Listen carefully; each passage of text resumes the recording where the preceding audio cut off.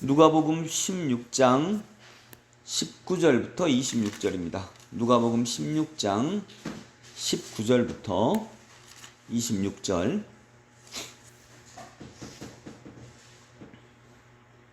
함께 읽습니다. 한 부자가 있어 자색 옷과 고운 베옷을 입고 날마다 호화롭게 즐기더라.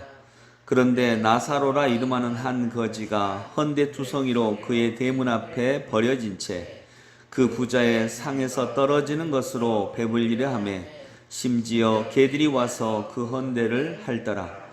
이에 그 거지가 죽어 천사들에게 받들려 아브라함의 품에 들어가고 부자도 죽어 장사되매 그가 음부에서 고통 중에 눈을 들어 멀리 아브라함과 그의 품에 있는 나사로를 보고 불러 이르되 아버지 아브라함이여 나를 긍휼히 여기사 나사로를 보내어 그 손가락 끝에 물을 찍어 내 혀를 서늘하게 하소서. 내가 이 불꽃 가운데서 괴로워하나이다. 아브라함이 이르되 이에 너는 살았을 때 좋은 것을 받았고 나사로는 고난을 받았으니 이것을 기억하라. 이제 그는 여기서 위로를 받고 너는 괴로움을 받느니라. 그뿐 아니라 너희와 우리 사이에 큰 구렁텅이가 놓여 있어 여기서 너희에게 건너가고자 하되 갈 수 없고 거기서 우리에게 건너올 수도 없게 하였느니라. 아멘. 네. 잘 주무셨어요? 네. 박영경 집사님 이렇게 또 반갑고 김미경 집사님 다 나으셨어요? 네.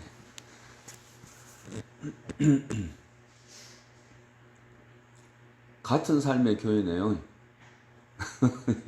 여기서 보니까 오늘 본문은 우리가 알고 있는 너무나도 유명한 부자와 거지 나사로의 이야기입니다. 이 이야기를 어떻게 해석해도 저는 하나님의 뜻이 있다고 합니다. 있다고 생각합니다. 부자가 착하게 나사로를 도와야 된다라고 해도 하나님의 뜻입니다. 그것이 하나님의 뜻이 아닌 것도 아니고요. 또 당연히 넉넉하고 부유한 사람이 어렵고 힘든 사람들을 돕는 것은 당연한 것이다. 하나님의 뜻 가운데 있다라고 이렇게 생각합니다. 그런데 이제 전체 문장과 연결해서 이 구절을 이렇게 살펴볼 필요가 있습니다. 누가복음 15장에는 잃어버린 것들에 대한 비유가 세 가지가 나와 있습니다. 잃어버린 것들에 대한 비유에서는 잃어버린 것들에 대한 비유라기보다는 잃어버린 것들을 되찾은 사람들에 대한 비유입니다. 잃어버린 양을 찾은 목자, 잃어버린 드라크마를 찾은 여인, 잃어버린 아들을 찾은 아버지의 비유입니다. 그리고 16장에서는 이제 옳지 않은 청지기 비유가 있고요. 이 옳지 않은 청지기 비유에서는 불의한 재물을 가졌다 할지라도 그 재물로 사람을 사겨라 이렇게 말씀을 하고 있으면서 또 이제 어제 우리가 보았던 말씀은 율법과 관련된 말씀이 나옵니다. 율법의 시대는 지나갔고 이제 은혜의 시대, 복음의 시대가 되었다. 그러나 그 율법도 버려서는 안 된다라고 하는 이런 말씀과 연결이 되고 있습니다. 그래서 오늘 본문에 부자와 나사로의 비유에서 이제 율법의 시대는 지나갔고요. 은혜의 시대가 되었다. 예수님은 이렇게 말씀하시면서 그 비유로 들고 있으신 것이 부자와 거지 나사로의 비유입니다. 여러분, 거지 나사로가 왜 구원받았죠? 가난해서? 가난한 사람은 다 구원받나요? 그건 아니죠. 네. 근데 왜 어떻게 거지라고 하는 이유로 구원을 받았죠? 아브라함과 함께 있게 됐나요?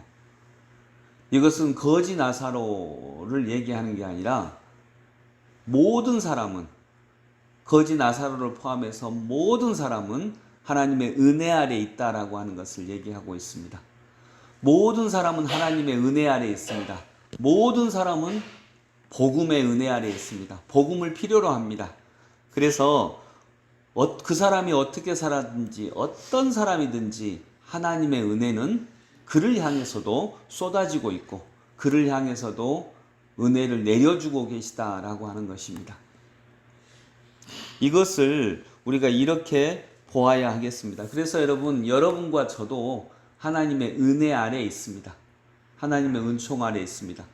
그래서 기독교를 믿는다라고 하는 것은 오늘도 하나님의 은혜가 나를 향해 쏟아지고 있다. 정말 우리가 살아가는 세상은 은혜로 가득 차 있다라고 하는 것을 보여주는 것이 아닐까 우리는 생각하게 됩니다. 그래서 모든 사람은 다 하나님의 은혜 아래에 있습니다. 오늘도 은혜 가운데 있습니다. 그래서 거지 나사로가 지금 착한 일 했다, 예수님 잘 믿었다, 예배를 잘 드렸다, 이런 구절이 하나도 없어요. 그냥 고난을 받고 힘들고 어려운 상황에 있었던 거지 나사로였다라고 하는 것만 있습니다. 그런데 그도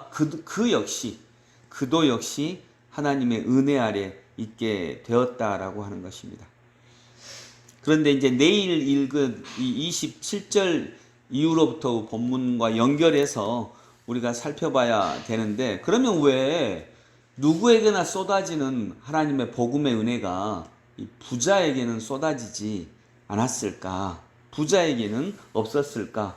이런 것들을 한번 궁금한 마음으로 우리가 내일의 본문을 한번 살펴봐야 되겠다라고 하는 것입니다. 모세는 율법을 상징합니다. 모세는 율법의 사람입니다. 그런데 모세의 말이 너희에게 있다. 모세의 율법이 너희에게 있다. 그러니 나사로를 다시 보내주지 않아도 모세의 율법이 너와 너의 자손들에게 있기 때문에 그들이 복음의 은혜 아래 거할 수 있을 것이다 라고 하면서 율법과 복음이 연결되는 것을 말씀하고 있는 것입니다. 내일 더 자세하게 살펴볼 수 있겠습니다. 오늘 본문에서는 우리는 그거 하나만 기억을 하시면 되지 않을까 생각합니다. 나사로가 아브라함의 품에 있습니다. 근데 나사로가 왜 아브라함의 품에 있는지 정확히 나오지 않았습니다. 착한 사람이었다. 하나님을 성실하게 믿는 사람이었다. 그런 말씀 없습니다. 그냥 은혜 받았습니다. 그냥 구원 받았습니다. 이것이 우리 모두의 상황입니다. 그냥 은혜 받고 그냥 구원 받았습니다. 하나님의 은혜는 오늘도 이렇게 쏟아지고 있는 줄을 우리가 믿을 수 있기를 원합니다. 아멘. 네, 그 눈이 트여야 저는 기독교를 온전하게 믿는 것이다라고 생각합니다. 하나님의 은혜는 오늘도 우리 가운데 가득 쏟아지고 있습니다. 여름을 주신 것도 그렇고요. 가을을 주신 것도 그렇고. 단적으로 여름에 햇빛이 쬐면 너무 따갑고 힘들잖아요. 근데 여름에 햇빛이 쬐어지지 않으면 가을에 열매가 안 익습니다. 열매가 단맛을 잃어버려요. 달지 않아요. 그래서 여름은 여름다워야 가을도 가을답습니다. 이런 것도 보면 모든 게 다 은혜죠. 이런 은혜 가운데 우리가 오늘 거할 수 있기를 원합니다. 기도하겠습니다. 고맙고 감사하신 주님, 율법의 시대를 지나게 하시고 복음의 시대를 열어 놓으심에 참으로 감사를 드립니다. 율법과 선지자는 요한의 때까지요. 그 후부터는 하나님 나라의 복음이 전파되어 사람마다 그리로 침입하느니라. 그 보잘것없는 나사로까지 하나님 나라의 복음의 시대에 들어갔다라고 하는 것을 오늘 우리는 볼 수 있습니다.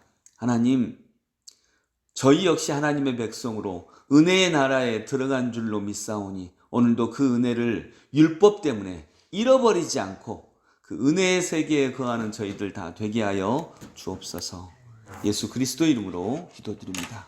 아멘.